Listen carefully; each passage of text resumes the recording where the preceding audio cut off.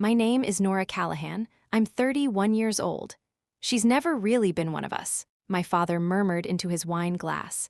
And when my uncle looked up and asked him to repeat himself, my father set the glass down, looked straight at me across the table, and said it louder. I'm done pretending. She's not my daughter. 33 guests, Christmas dinner, my grandmother's house. The words hit the table like a dropped dish. A child somewhere behind me asked, "Why is Daddy's friend yelling?" 3 of my aunts stood up to clear plates that didn't need clearing. My stepmother, Sandra, was already pressing a tissue to her eye. I noticed that later. She had the tissue ready before he even stood up. What none of them knew, what Sandra had spent 2 years making sure would never be found, was sitting inside a dusty shoebox in the hallway closet 8 feet from where I sat. My grandmother had put it there before she died. She told me once, "Don't go looking for trouble, Nora. But if trouble finds you, that's where your answer will be." Let me take you back 19 years, to the week my mother was buried and the first time everything began to change. I was 12 when we buried my mother. Breast cancer, 7 months from diagnosis to funeral. I remember standing at the graveside in a navy dress my mother had bought for my school concert, because nobody had thought to get me something for a funeral. My father, Thomas, stood 3 feet to my left. He didn't reach for my hand. He didn't look at me. He stared at the casket like it owed him something. My grandmother, Frances, was the one who held me. She pressed my head against her wool coat and whispered, "Breathe, sweetheart, just breathe." 6 months later, my father brought a woman home. "This is Sandra," he said. "A friend from work." Sandra had a daughter, Melissa, 8 years old. Brown pigtails, gap-toothed smile. She beamed at me like we were going to be best friends. Within 2 months, Sandra had moved in. Within 3, my bedroom, the one on the 2nd floor, the one with the bay window that looked out over the oak tree my mother had planted, became Melissa's. "She's younger," Sandra said, smoothing Melissa's pink comforter onto my old mattress. "She needs the natural light." I moved to the basement. Concrete walls, a single window at ground level. I taped my science fair ribbon to the wall beside the light switch because there was nowhere else to put it. My grandmother visited that winter. She walked through the house slowly, taking everything in. When she saw the basement, she stood in the doorway for a long moment. Then she looked at me and said quietly, "Remember, Nora, this is my house. Nobody's pushing you out of it." I didn't understand what she meant, not then. I was 15 the first time I heard it. Late on a Wednesday. A school project had kept me up past 11. I came upstairs for water and stopped in the kitchen doorway because the light was on and Sandra's voice was low. Careful, the voice she used when she wanted something to stick. Have you ever really looked at her, Thomas? My father was at the table. A beer in front of him, tie still on. She doesn't have your jaw, she doesn't have your eyes. Silence, just the hum of the refrigerator. Carol was alone a lot those years you traveled, 3 weeks at a time, sometimes 4. A lonely woman, Thomas. You were gone so much.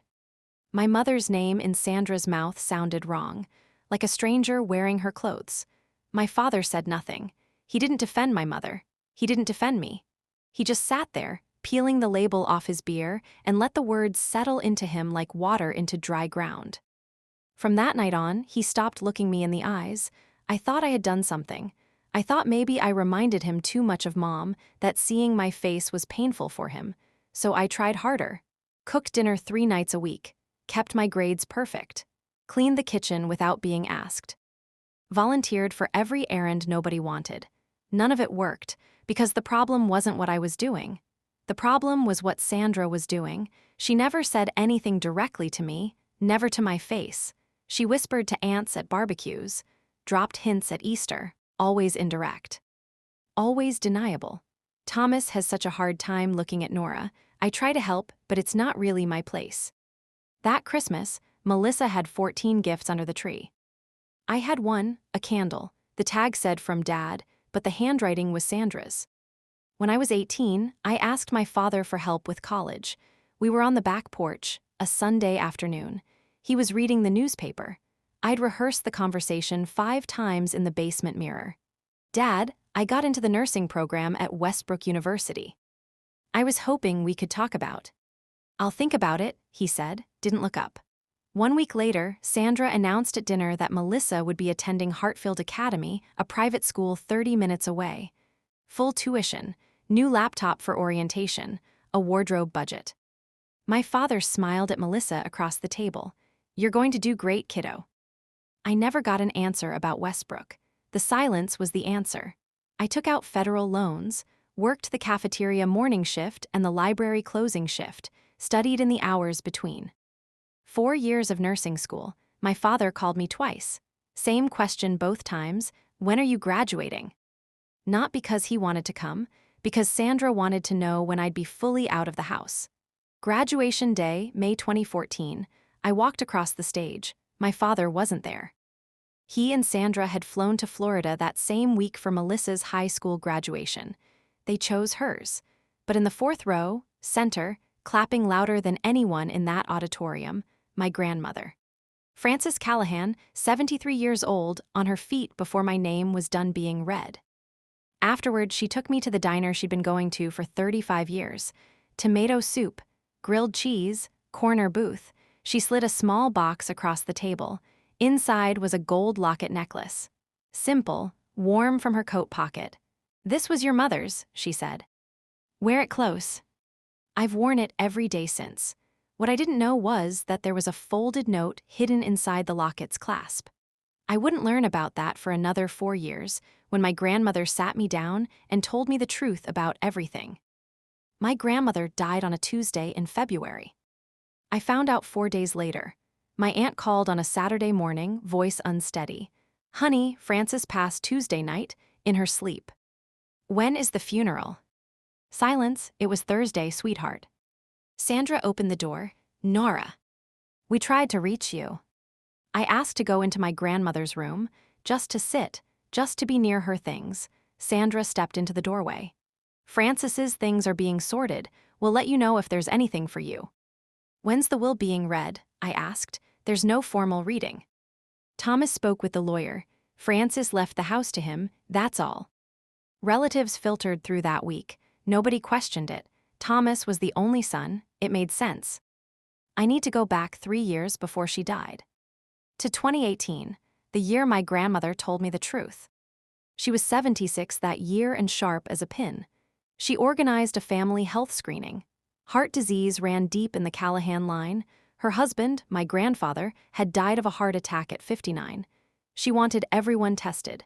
She booked a Saturday at Dr. Feynman's family practice. Thomas came, I came. Aunt Patricia drove up from 2 towns over, a few cousins. We gave blood and cheek swabs for a cardiac risk panel. Thomas signed his consent form between bites of a waiting room granola bar. Routine, uneventful. 3 weeks later, my grandmother called me. "Come to the house." Alone. She was at the kitchen table when I arrived, 2 cups of tea already poured. She looked at me the way she always did, like she could see every version of me at once. "I've heard what Sandra has been telling your father," she said. "About your mother, about you." My stomach dropped. "It's not true, Nora, none of it. Your mother was faithful, she was a good woman, and I have proof." She told me she'd asked the lab to run a paternity comparison from the health screening samples. Mine and Thomas's. She had requested it with my knowledge sitting right there, asking for my consent. "Do it," I said. I didn't hesitate. 3 weeks later, the result came back. Probability of paternity, 99.997%.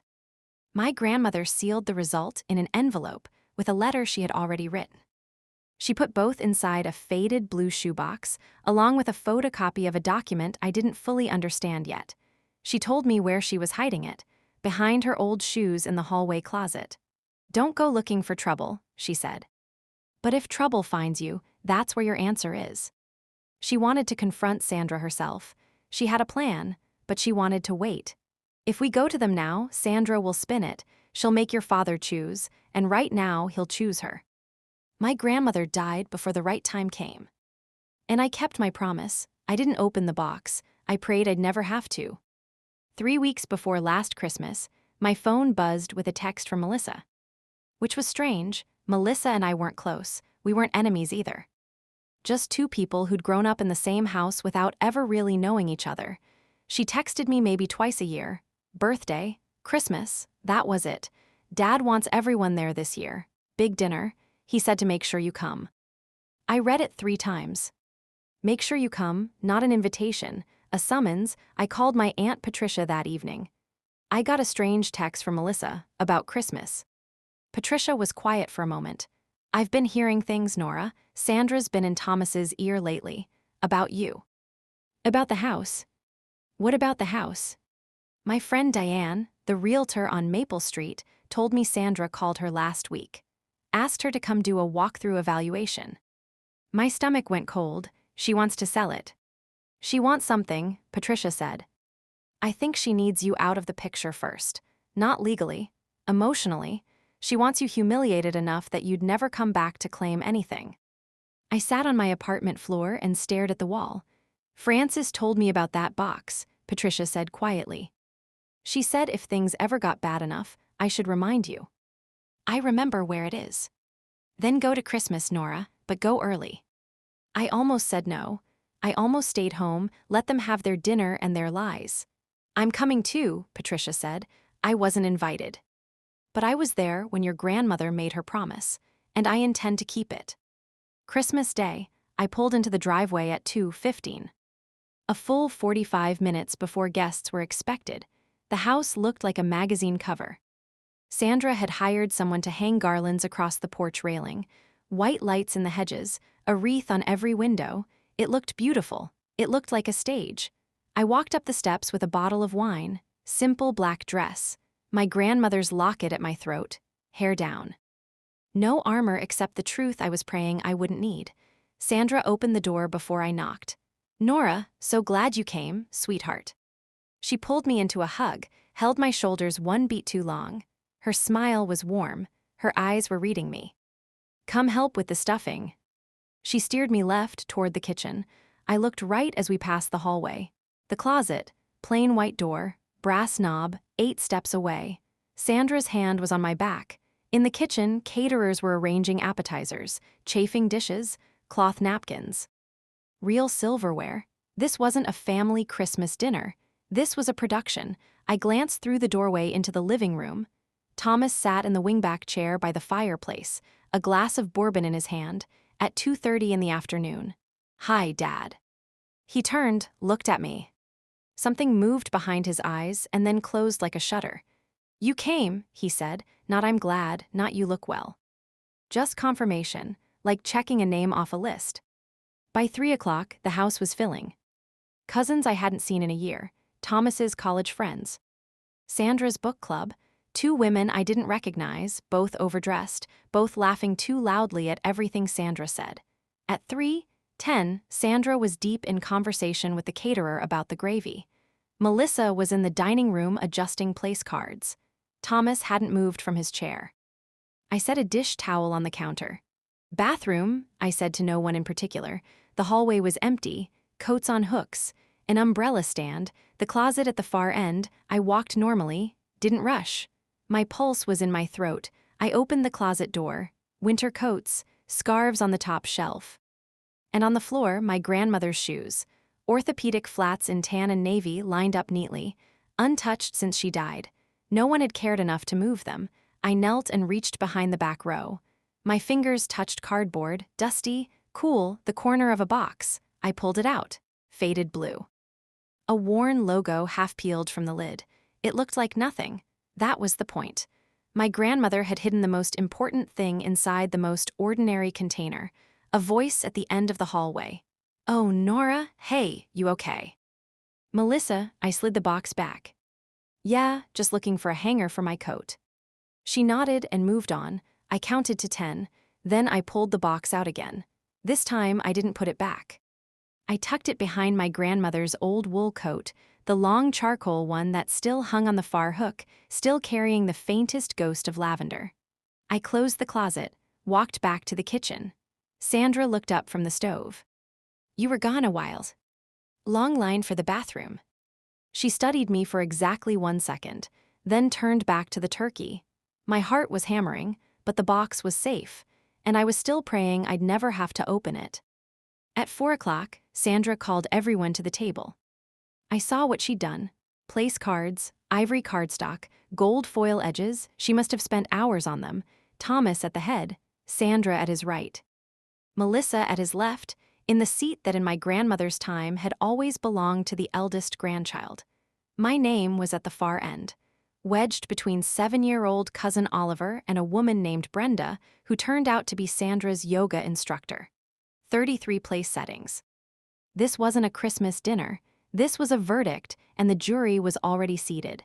Aunt Patricia arrived at 4:10. I heard the front door and Sandra's voice go sharp for exactly half a second before she reset to hostess. "Patricia, what a surprise." "I'm sure it is," Patricia said. She dragged a chair from the hallway and wedged it between two cousins near the middle of the table. Nobody argued. You didn't argue with Patricia Callahan. She was 74, 5'1", and had a gaze that could stop traffic on a highway. Thomas stood to say grace. He gripped the back of his chair. "This house has been in our family for 3 generations. Mom would have wanted us all here." He paused. His eyes moved down the table, passed over me, and kept going. "Everyone who belongs here." I felt Patricia's gaze from 6 chairs away. Under the table, Sandra's hand moved to Thomas's forearm. A small squeeze, a nod so slight you'd miss it if you weren't watching. I was watching. The turkey was carved, plates were filled. The noise of 33 people eating and talking settled over the table like a warm fog. For 40 minutes, nothing happened. Sandra told a long story about Melissa's promotion. Regional director at 24, the youngest in the company's history. Everyone clapped. Thomas beamed.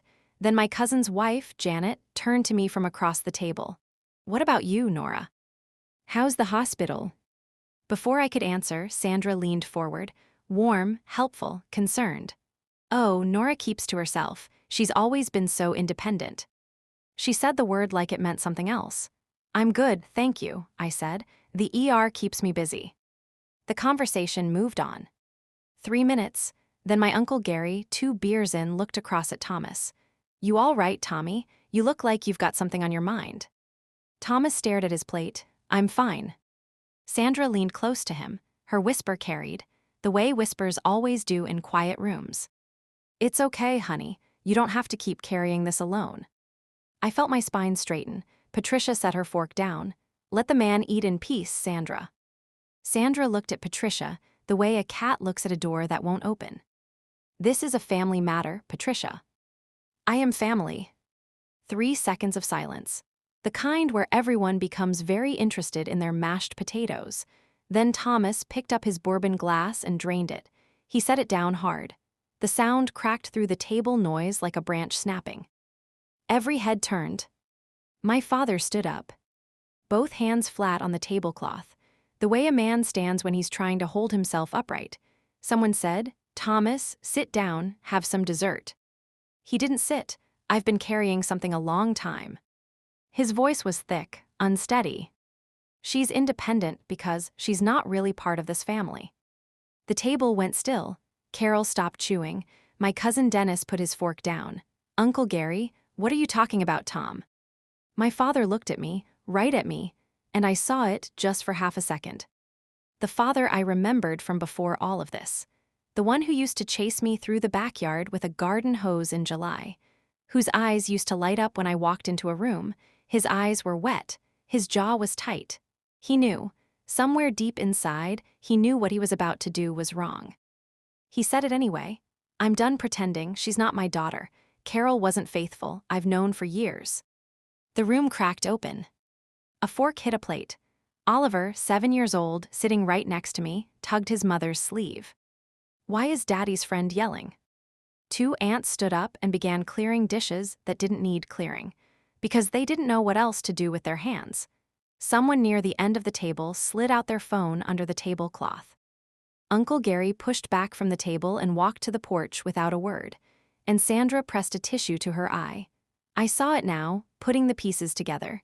She'd had that tissue in her hand before my father even stood up. She'd been holding it the whole time.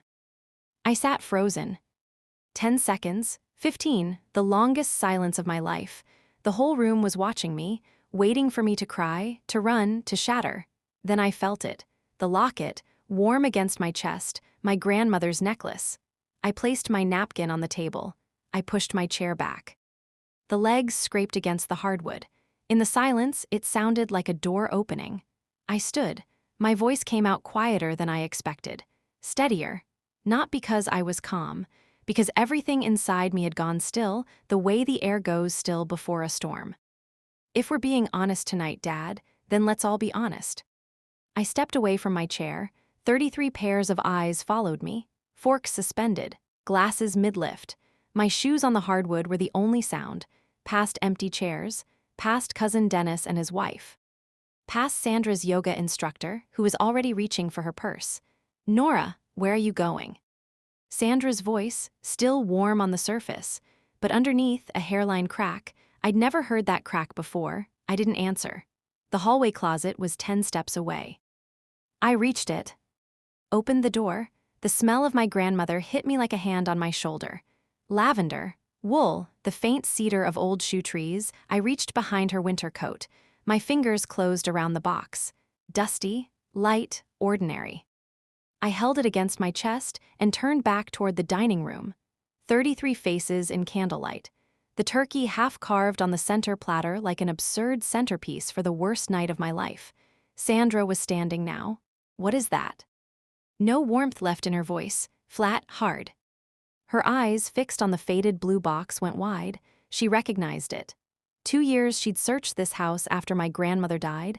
Every drawer, every shelf, every cabinet. She'd found nothing. Because she'd been looking for something important, and my grandmother had hidden it inside something that looked like trash. Patricia spoke from her chair. Low, steady, the voice she'd used with misbehaving students for 40 years. Sandra, sit down. Sandra didn't sit.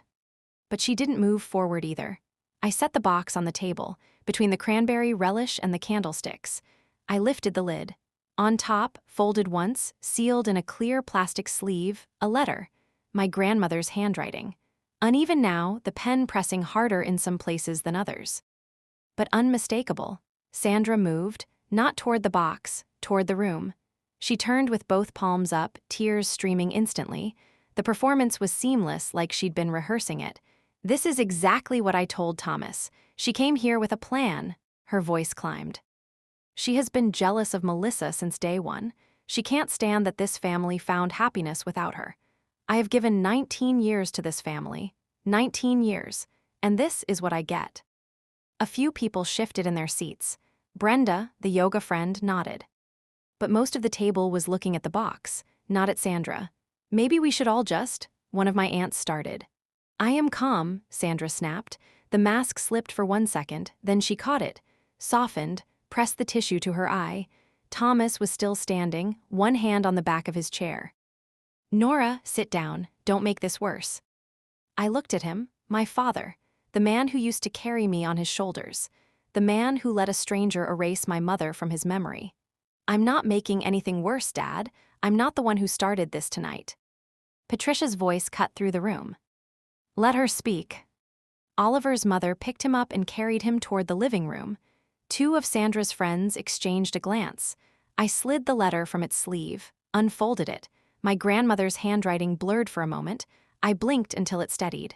Then I read. Dear Nora. My voice broke on her name. I swallowed, started again.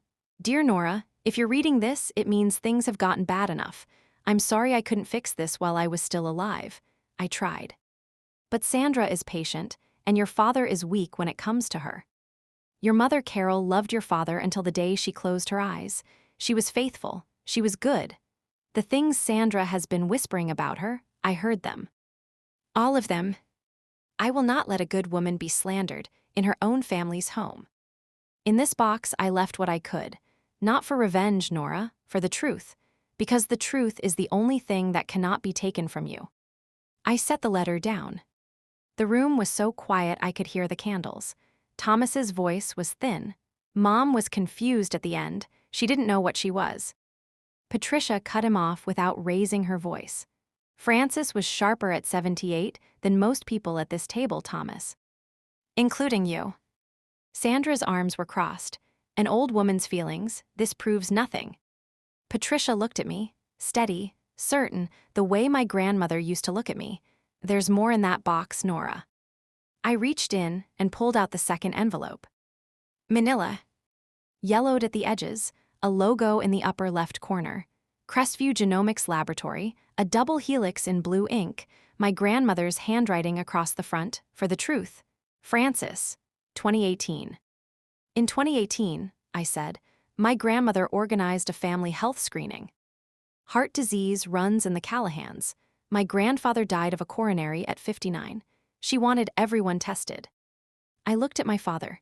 Dad, you were there. Dr. Feynman's office on a Saturday. You gave a blood sample. So did I. Thomas's brow furrowed. He remembered. Grandma asked the lab to run a paternity comparison from those same samples. She told me. I agreed. I opened the envelope and pulled out a single sheet, held it where the candlelight could reach it. Probability of paternity, I read. 99.997%. The room didn't gasp. That's a movie thing. What actually happened was slower. Worse. A long, rolling quiet like the air being let out of something. My cousin Dennis leaned forward to read the paper. Janet's hand went to her mouth.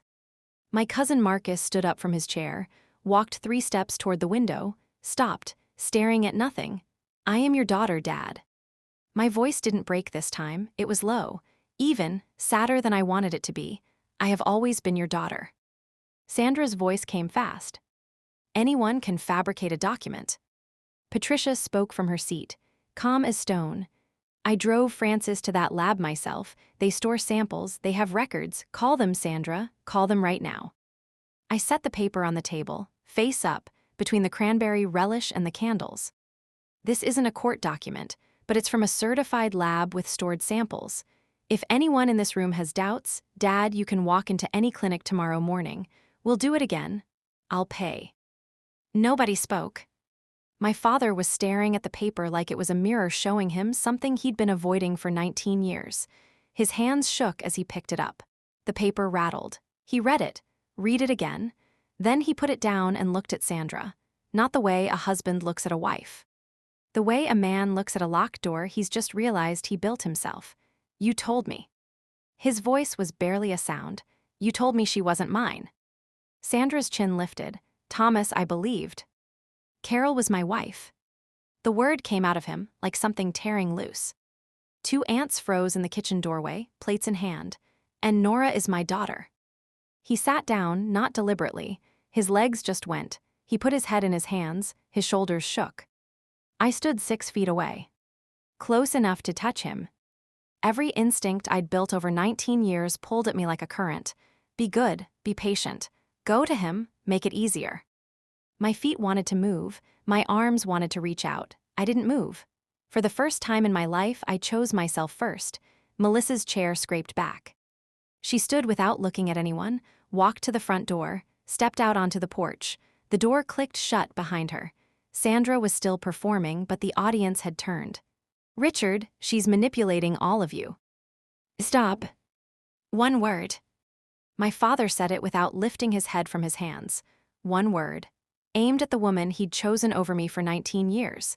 Sitting in that dining room, watching him come apart, I didn't feel victory. I felt the weight of all the years that word came too late. 19 years, 1 syllable. The candles flickered. The turkey sat half-carved. I still had one more thing in the box. I reached in one final time. The last item was a photocopied document. 4 pages, stapled at the corner. My grandmother's handwriting in the margin. Original at Aldgate and Associates. This is your copy. The original is with my grandmother's lawyer, I said, but this is what she wanted everyone in this room to know.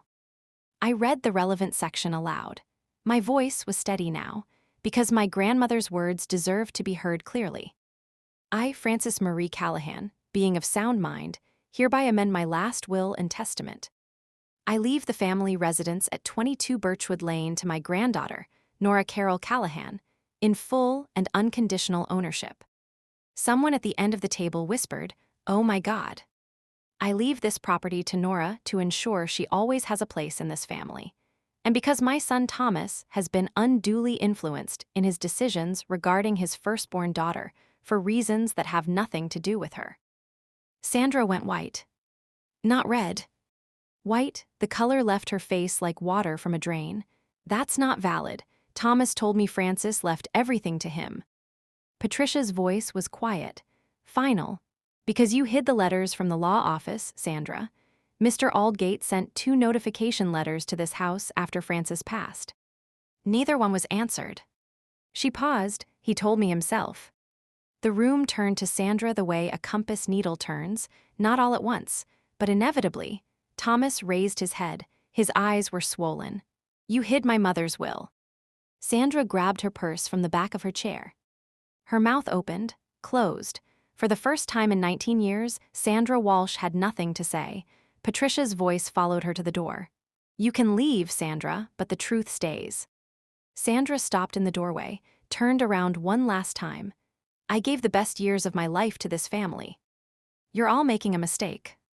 My cousin Marcus, who had been standing at the window since the DNA result, shook his head slowly. Sandra, come on. 3 words, but the quiet exhaustion in them carried more weight than a speech. One aunt picked up a serving dish and walked into the kitchen without looking at Sandra. A second followed. Sandra looked at Thomas one last time.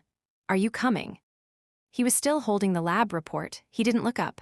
I need a minute. Sandra left, her heels on the front steps, a car door. Gravel shifting under tires as she backed out of the driveway. And then it was quiet. 33 people in a dining room. Candles burning low, food going cold. Nobody knew what came next. There's no etiquette book for this.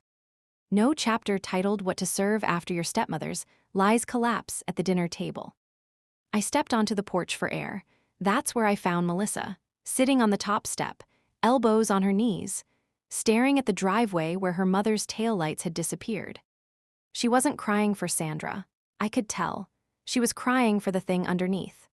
The realization that the life she'd been living, the family she thought she understood, had been built on a foundation her mother had been salting for 2 decades, and the foundation had just cracked. By 7 o'clock, the house was nearly empty. A few relatives lingered in the kitchen, wrapping leftovers. Patricia washed dishes at the sink like it was any other Tuesday. Mr. Aldgate, this is Nora Callahan, Francis Callahan's granddaughter. I found the box. I need to speak with you. Please call me back. My phone rang at 8:07 the next morning. I was already awake. The room was gray, cold, the way New England mornings are in late December. Miss Callahan, this is Gerald Aldgate. I received your message. His voice was warm, measured. The voice of a man who had practiced law for decades and never once rushed a sentence. I've been expecting this call, he said. Not today specifically, but eventually. Your grandmother told me it would come. I sat up and pulled the quilt around my shoulders. Is it real, the codicil? Is it valid? It is. Francis executed it in my office on March 11, 2020. 2 witnesses, both members of my staff, neither related to the family, and notarized. She also signed a capacity declaration. I personally documented her mental acuity at the time of signing. He paused. I sent 2 notification letters to the house after her passing. Neither was returned, neither was acknowledged. I suspected interference, but I had no proof until now. Sandra intercepted them, I said. That's consistent with what I suspected. And it's something the probate court will take seriously. I exhaled. The air left my chest in a way that felt like something finally unclenching. What do I do now? Come to my office this week. We'll file the transfer through probate. It may take a few months, but the documentation is thorough, Miss Callahan. Your grandmother made absolutely certain of that.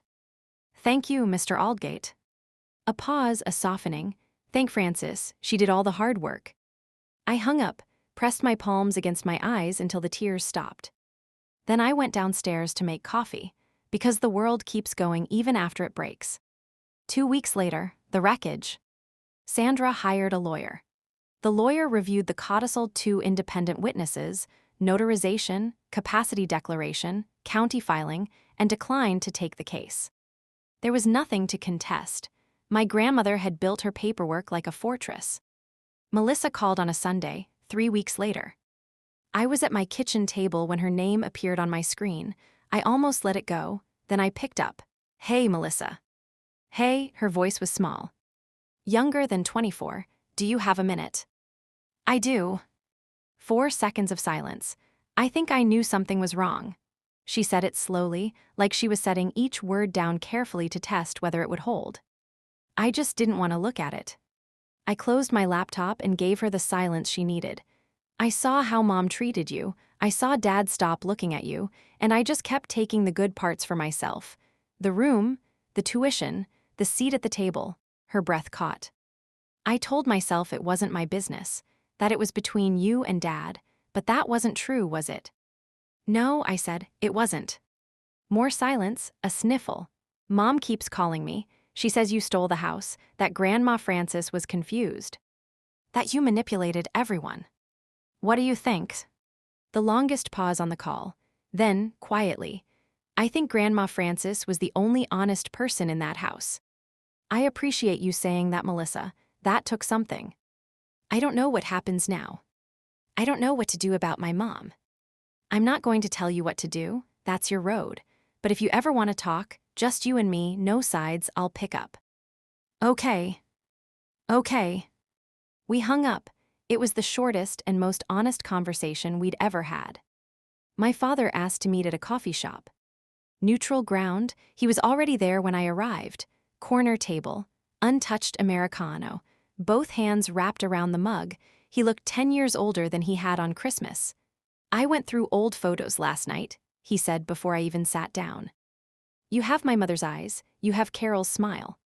He swallowed. How did I let myself forget that? I took off my coat, hung it on the chair, sat down across from him. You didn't forget, Dad, you chose to believe someone else. He flinched. Just a small contraction around the eyes, like light hitting a wound. She started 6 months after the wedding, he said. Sandra. She told me she'd found messages in Carol's old phone, said she didn't want to hurt me, but she thought I deserved to know. He stared into his coffee. Carol was gone. She couldn't tell me it wasn't true. There it was, the cruelest part of Sandra's entire strategy. She'd gone after someone who couldn't defend herself. You could have done a DNA test anytime in 19 years, Dad. $100. 3 days. I was afraid. You weren't afraid the answer would prove her right. I kept my voice level. I owed him that. You were afraid it would prove her wrong, because then you'd have to face what you'd done to me. The coffee shop hummed around us. A blender, a laugh. The ordinary world carrying on. I'm sorry, Nora. I'm not ready to forgive you yet, Dad. Maybe someday. Not because you say sorry today, because you actually change. He nodded. He didn't argue. That was something. The house is mine now. Grandma made sure of that. I'm not selling it. I'm not throwing you out. I zipped my coat. But Sandra's lies are not welcome in that house anymore, and if you want to be part of my life, you earn it. Starting now, not with gestures, with consistency. I left money for both coffees on the table, walked to the door, didn't look back. I sat on the back porch that evening. December cold, hot tea, the same porch where my grandmother had sat for 48 years. In her nightstand drawer, I'd found one last piece of paper, not a legal document, not evidence, just a note, her handwriting. Nora, the house is just wood and walls. You are the home. Love, Grandma. I folded it up and put it in my wallet behind my driver's license, where I'd feel it every time I reached for something ordinary. I didn't win that night. There's no winning when your father calls you a stranger in front of your whole family, but I stopped losing. I stopped letting silence be mistaken for acceptance. I stopped letting someone else's lie define who I am. I stopped setting myself on fire to keep their house warm, and it turned out the house was mine all along.